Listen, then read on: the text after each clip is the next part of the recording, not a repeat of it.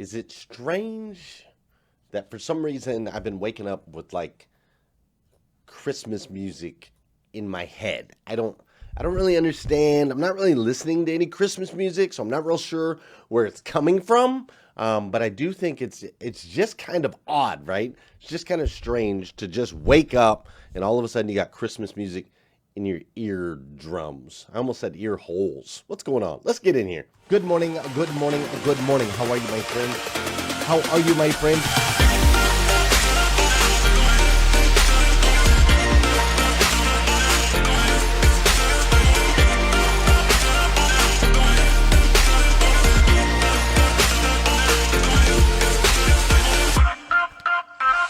You see, there's no excuse for you not pushing yourself to the next level.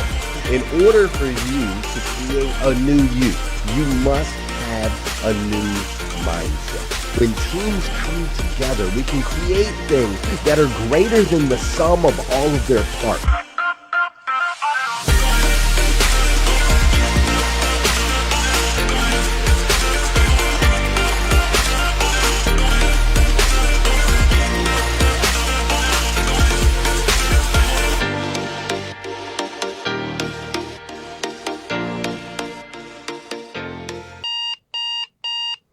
Good morning and welcome to hashtag Rise and Grind. I am your host, Glenn Lundy. I am a husband to one, a father to seven, and the creator of what is going to be the number one most watched morning show in the world. It is 5:30 a.m. and I hope that you are ready to rise and grind. Good morning, good morning, good morning. How are you, my friend? How are you, my friend? Dude, today is Tuesday, December 15th, 2020. That's right, it's Tuesday, December 15th, 2020. Oh my gosh, 10-day countdown. Here we go. Christmas is around the corner. I hope you guys can hear me all okay this morning. My microphone did something weird yesterday. I actually had a very important meeting with some very important people, and all of a sudden my mic just like popped, made like this popping sound, and so it's kind of strange today. I'm having to turn the volume all the way up to even get half the volume out of it on my system here. So hopefully you guys can hear me okay. If not, then no, I'm totally just kidding. Just messing with you, dude. Just messing with you. Good morning. Hey, 10 days till Christmas. Let the countdown begin. I know it's already begun in my house. We've been counting down for more than 10 days, but we've got 10 days left until Christmas, right? And there is a rare opportunity. I hope I don't make any of my dealers mad with what I'm about to say, my leaders in the auto industry, my business leaders. Listen, we have a rare opportunity. Christmas is on Friday, okay? Christmas is on Friday, and it's been a crazy year, man. It's been a crazy year. We've been asking a lot of our people, and I just see an opportunity, and I already know some dealers that are capitalizing on this. I see an opportunity for you to be closed on Christmas Eve, Christmas Day, Saturday the 26th, which would be truly rare and tremendous, and hopefully you're already closed on Sunday, and give your people a 4-day weekend at the end of what's been one of the craziest, most, like dynamic and challenging and pivotal and shifting and all of those words years in like the history of all time. So I'm going to do that with my team. Closed Thursday, Friday, Saturday, Sunday. My team's going to get a 4-day weekend, and I would just challenge some of you to consider it, man. And that's crazy coming from me, because Saturday, December 26th, is actually my wife's birthday, and every year when I was in the auto world, it was like one of our busiest days of the year, the day after Christmas. And so I used to, my wife just used to know, like, we had to do her birthday on Christmas Day because Daddy was going to work and headed into one of the busiest weeks of the year in the auto world too. So I feel you if you're like, Glenn, that's not happening. Like, I get it. Part of me gets it. But dude, what a better time what a better time to like turn it off to turn off the money generating side of our brain for just a minute and really focus on the opportunity for what matters most. We as leaders, we understand what matters most is that our people get some time with their family, get some time in connection. I mean, it's been just a crazy season, right? Some people are going to be struggling this season as there's different rules and limits and liabilities, so on and so forth, right? But just here's an opportunity to say, hey, you know what? Family, you are family, and we value family. So we want you to spend some time, real quality time with your family. I know. I'm just saying it would be a really rare treat to allow your people to just slow down and be present. So just want to throw that challenge out there. Listen, today I'm going to take you on a journey. We're going to go way far east, 7,698 miles to the Middle Eastern part of Asia, where we are going to find, like we're going way over here to Tibet, right? 7,698 miles. And we're going to find some humans that live in the highest elevations in all of the world. All right. These people are called the Sherpas. That's right. The Sherpas. We're going to find them living in Tibet, like all the way up Mount Everest area. It's crazy. Now, on our way, we are going to visit Heather Parody, my friend Heather Parody. She's also our co-host here on #RiseAndGrind. And so she's going to stop by Russia on the way. So we're going to swing by, visit Heather in Russia. And then we're going to make our way over to Tibet, where we're going to meet the Sherpas. And they're going to teach us 5 powerful lessons. That's right. 5 powerful lessons that we can apply in our lives today, this week, this month, this year. It's going to help make you a better leader. Now, before we go into all of that, you know what we got to do. That's right. We got to get the body moving this morning. We got to get the blood flowing this morning. We got to get our hearts pumping this morning. Hopefully you guys can still hear me with that softer mic over the music. I might have to turn the music down just a little bit to make sure you can hear me. But hey, for those of you that don't know, my name is Glenn Lundy. I am the host of #RiseAndGrind. I am also the creator of the Rise and Grind group right here on Facebook, where you're going to find nothing but motivation, education, and inspiration. You're not going to find anything else. So make sure you come join the group. And this is the part of the show where I ask you kindly to please hit that share button. That's right, hit that share button. Because I believe if we can change the way people start their day, it'll make a massive impact on this planet. I truly believe that. And sometimes all it takes to change the way somebody starts their day is for you to hit that share button. This is also the part of the show where I want you to say good morning to me. If you're new here, there's 286 people watching live right now. If you're new here, please hop in and say good morning right now so that I can see you. I want to say your name. I want you to know that I see you. I want you to hear it. I want to connect. If you're listening on podcast, if you're watching on YouTube, drop your name. I'll go back. I'll say what's up. How you doing, Sarah Ball? Great to see you. What's up, Sean Jones? Great to see you this morning. How you doing, John Coltonborn? We've got Karen Simpson in the house. Mr. Michael Guthrie. What's up, Mike Romano? Great to see you. Miss Liza Myers-Borges is in the house. How you doing, Terry LaPierre, Pam Woosley, Aiden Kirshner. Aiden, I just got a Christmas card from you yesterday. Thank you so much. It means so much to me that you thought about me. What's up, Rick Tamburino? How you doing, Kim Fair? Wendy Reeves is in the house. Janelle Griego.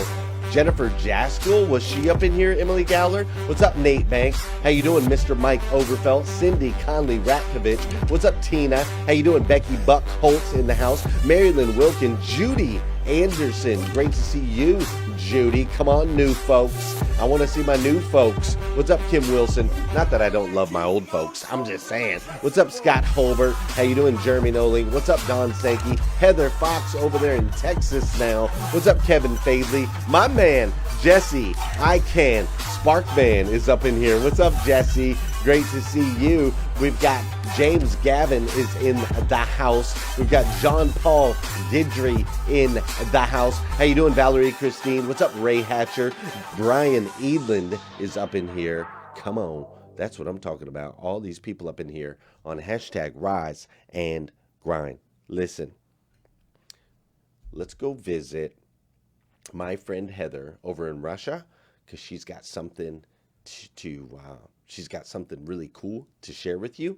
But first, I just got to remind you, if you haven't grabbing, I just said grabbing. If you have yet to grab your hashtag Rise and Grind 2021 planner, you might want to go do that. We are running a little bit low, but check these guys out.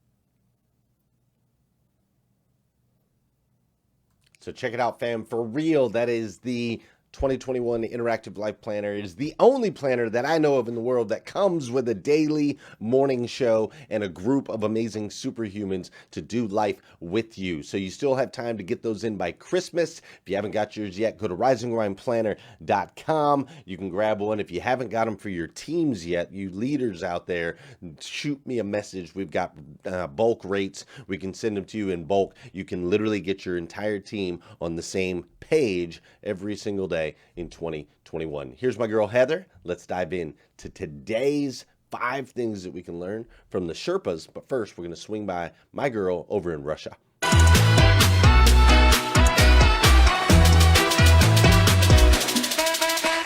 Eastern traditions for Christmas. I ended up landing on Russia and learned that Russia doesn't really celebrate Christmas as much as New Year's. Those are my kind of people because New Year's is my absolutely favorite holiday. Nobody seems to like it. They always go to bed at like 10 p.m.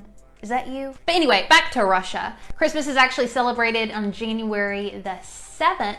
And what I thought was the most interesting about what I read was that they focus on family more than presents. Something that we could all learn from. This week, I thought I would share 10 different ways to focus more on your family this holiday season without spending tons and tons of money. Number one, homemade gifts. And even if you can't afford gifts, making meaningful, creative tokens of your love for your family members is super cool. You could even get the kids involved. Comment, let us know if there has been a homemade gift that's meant a lot to you. Number two, slow down. I have a really hard time with this one. How about you? But taking some of the pressure off that we don't have to go and do. I think this year we don't really necessarily have a choice, but slowing down and actually enjoying being with your family this holiday season. I like this one. I thought this was pretty cool. Learn about your family's heritage. Have you ever done a deep dive into your family's heritage, what your name means, where your family comes from? Comment, let us know. But that might be a fun thing for you and your kids to do, you and your loved ones, to dig into your family history. And you can find most things out online, but you don't necessarily believe all of it. Here's another fun one, sleep around the Christmas tree. I mean, this might be better if you have children. I'm not saying you can't do it as a grown-up, that might be fun too. Have a movie night, sleep around the tree. Just make sure you're not rolling around and breaking things, okay? I ain't trying to go to Target again. And lastly, I read this one online somewhere, have a prayer jar. For the Christmas season, have your kids, family get involved, write people or situations that they could be in prayer for, draw a name or two every single day, and just join your family in prayer for loved ones, for our nation, for this world, all the different things that need a little TLC. You know what I'm talking about? You know what I'm talking about? So there's just some cool things that we can learn from the Russian tradition for Christmas, involving the family and focusing more on them than Christmas gifts. Comment and let us know your own tips and ideas on how to focus on family during this season.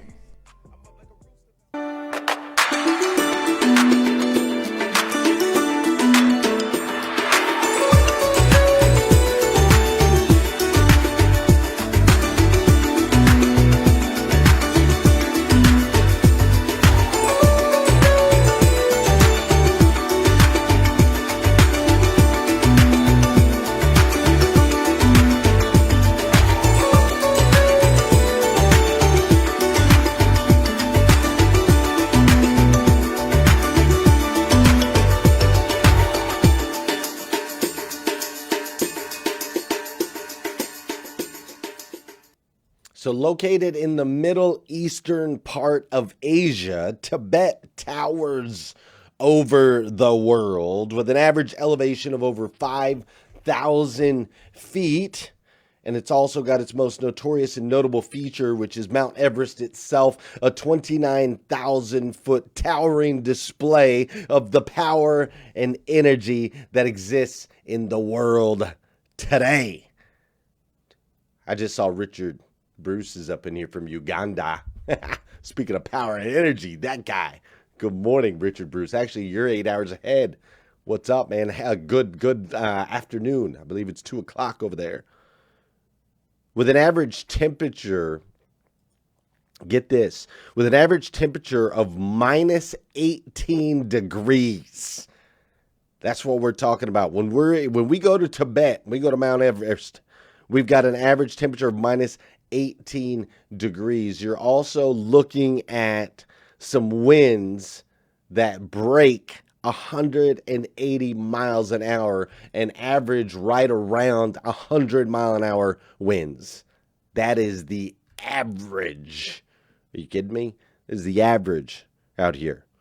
So you put these two together, you got 29,000 feet. You've got super, super cold. You've got super high winds. Hi, Celia in Australia, right? Super, super cold, super, super high winds. And this makes Mount Everest one of the most dangerous places on Earth. Now, for many, many years, there were people that tried to summit. They tried to climb this mountain, and they either failed miserably or died in the process. That is until my man Edmund Hillary and his friend Tenzing Norgay cleared the summit. They were the first to do it. In 1953, these two men climbed Mount Everest, 29,000 feet.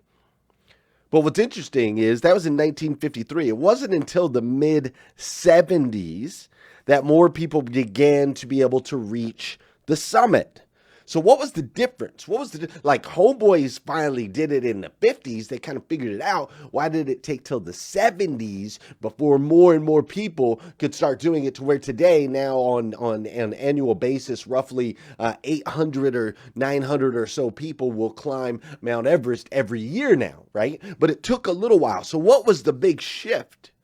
What changed? Well, the answer is the Sherpas. That's what happened. The Sherpas came in. All right. The Sherpas are a group that are native to the most mountainous regions of Tibet. And ultimately, by living in this area for hundreds, if not thousands of years, they've literally evolved to where they actually use oxygen differently than you and I do, allowing them to live comfortably and also be able to help climbers along their trek all the way in these incredibly dangerous, volatile, treacherous areas, right? Now, there's roughly 520,000. There's roughly 520,000 of these men and women, these Sherpas, and we can learn so much from the way they live their life and what they do. It's actually really incredible. And so I'm going to give you 5. That's right. We're going to count down 5 of them. I'm going to try to do this on time too, so we're not late today. I'm going to give you 5. What's up, Tony Thorstad? I'm going to give you 5 lessons that we can learn from these incredible Sherpas to help make us better humans and better leaders, if that's okay with you. The first lesson that we can learn from these incredible Sherpas is that a Sherpa's success, write this down, pay attention. A Sherpa's success is literally determined by their ability to help others achieve heights and limits beyond what they thought possible. That is so strong. Their success, for those of you in the back, there's 319 of you live today. There's tens of thousands that will watch throughout the day. For those of you in the back, I want you to hear me. Hear me loud and clear. A Sherpa, now let's just remove Sherpa. Let's replace it with Stacy Calzada, because I just happened to see your name. Or Carla Hutcherson. I happen to see your name. All right? Let's replace it with your name. Insert your name here. There's 332 of you watching live right now. If you haven't shared this out, do so. Insert your name here. Your success is determined by your ability to help others achieve heights and limits beyond what they thought possible. Should I just mic drop it right there? Dude, it's all about how you can help others elevate their game, how you can help others lift and rise to become the best versions of themselves that they can possibly be. The theme is the same. It doesn't matter if I go to 29,000 feet with the Sherpas. It doesn't matter when we were hanging out in East Asia last week. It doesn't matter when we were hanging out over in Africa a couple weeks ago and learning about Ubuntu. The message is the same. The message is the same. Your success will be determined by your ability to extract greatness out of others. Help them rise to heights that they've never achieved. That's what I'm talking about. That's lesson number 1. Now, you can't do that if you're not straight. You can't do that if you're not dialed in. You can't do that if your foundation's not strong. So yes, take care of self so that ultimately you can take care of others and help them stretch. That's what it's all about. Listen, number 2, I got hyped up on that one, ran a little over on time. So I got to go. Number 2, mapping out a plan is essential.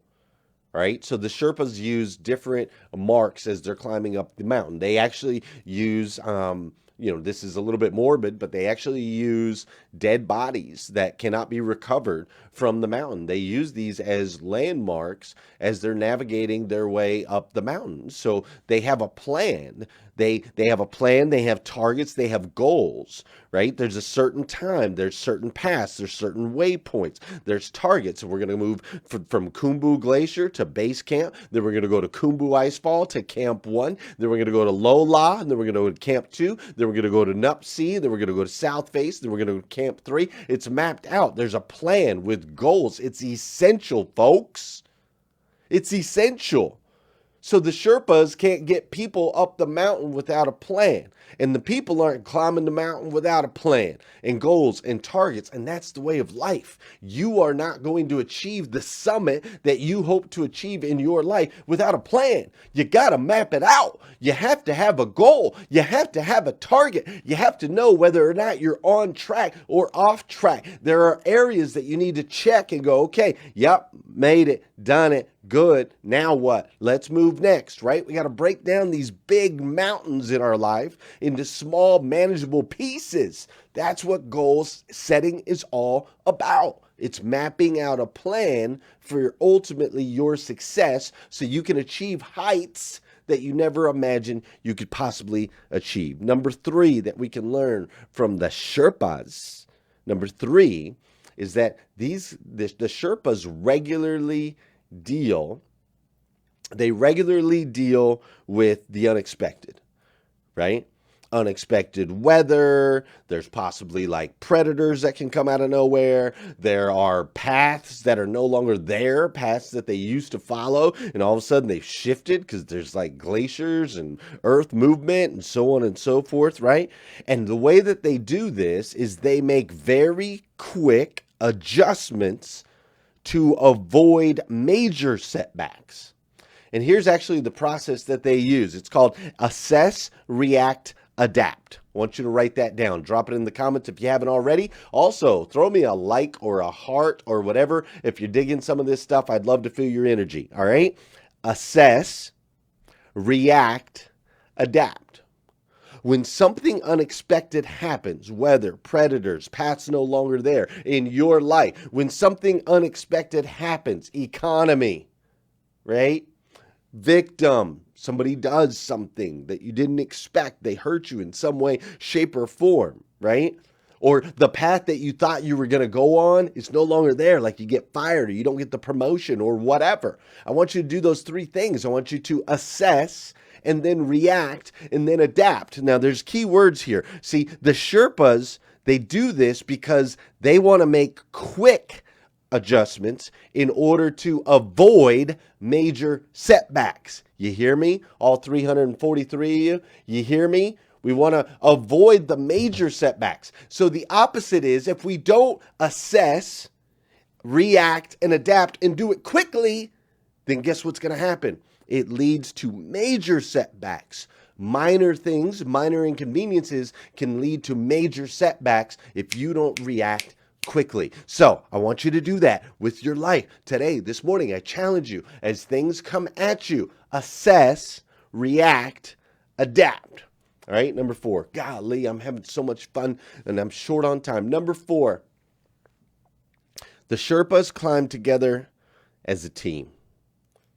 You see, they know and understand with clarity that they are not getting to the top as just an individual. In order to get the one guy to the summit or the one girl to the summit, it takes an entire team.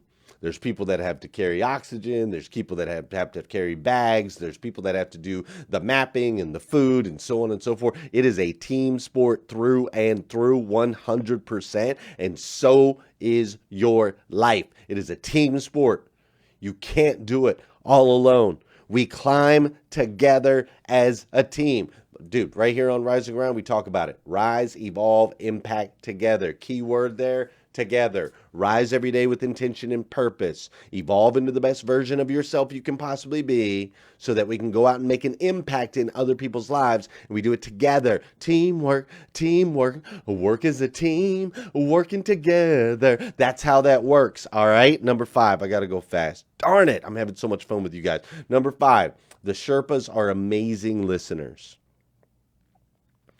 Absolutely amazing listeners. They have to listen constantly. When someone's complaining, is it really an injury? Do they need to get them back down? They got to listen to the winds. They got to listen to the sounds of the mountain. They've got to listen. 2 ears, 1 mouth. By listening, they can help ensure the safety of the team that they are trying to help get to the summit. Are you a good listener? You see, we need to do this in our lives. We need to listen to our leaders and our bosses that are trying to guide us in areas of development. We need to listen to our spouses that are trying to tell us exactly how we can make them feel special and make them feel important. We need to listen to our mentors and outside influencers that have lessons that they can teach us. We need to listen to the God of the universe who's whispering in all of our ears. Because see, you, my friend, are a child of God, the God of the universe, the God that made everything. And that God made you to be the best version of yourself that you can possibly be. And see, here's what's interesting is when you listen intently with both ears to where God guides you, know that in that guidance, He will provide for you. There's a quote in our planner. If you haven't opened your planner up yet today, the top of every single planner has a quote submitted by a Rise and Grind member. And in today's planner, today the quote in the planner was submitted by Stephen Fott, and it says, "Where God guides, He provides." And I thought, my goodness, what a fitting message for us as we're spending time as a community praying for Richard Bruce in Uganda and for God's guidance on how we can help and serve those children, the orphan children over there in that area. I thought, what an awesome message. As we're learning about the Sherpas and the 5 lessons, their successes in their ability to help others, their successes in mapping out a plan, their successes in regularly dealing with unexpected things by assessing, reacting, and adapting, their successes in climbing together as a team, and then most importantly, their success comes from being amazing listeners. I thought, oh my gosh, there's no irony there. It's not by chance that today's quote was, "Where God guides, He provides." Folks, I challenge you to listen. Listen to your mind, your body, and spirit. What are you telling yourself? What is your body telling you? And what is the spirit? What direction is it moving you? It's time to assess, react, and adapt. Because see, I need you to be the absolute best version of yourself that you can possibly be. The decisions you make, they matter, my friend. They matter. The decisions you make, they make an impact on your friends, on your family members, on your coworkers. You showing up here today has made an impact on me. You knocking out that share button might make an impact on someone else. You tagging a friend makes an impact. These seemingly trivial, minor little decisions that you make, they make a massive impact on this planet. And that's, my friend, because you chose to spend this time with me, I want to let you know that I absolutely love you. As my brother and sister in Christ, I absolutely love you. I do. If nobody's told you that yet today, I want to be the first. I absolutely stinking love you. Listen, if you need more videos like this, you can go to GlennLundy.com. I apologize for going a couple minutes over this morning. But I hope you're feeling it. I hope you have an amazing day today. Hope you have an incredible day today. I hope you have an over-the-top day today. And I hope you'll come back here again tomorrow morning at 5:30 a.m. because we're going to do it all over again on #RiseAndGrind. See y'all.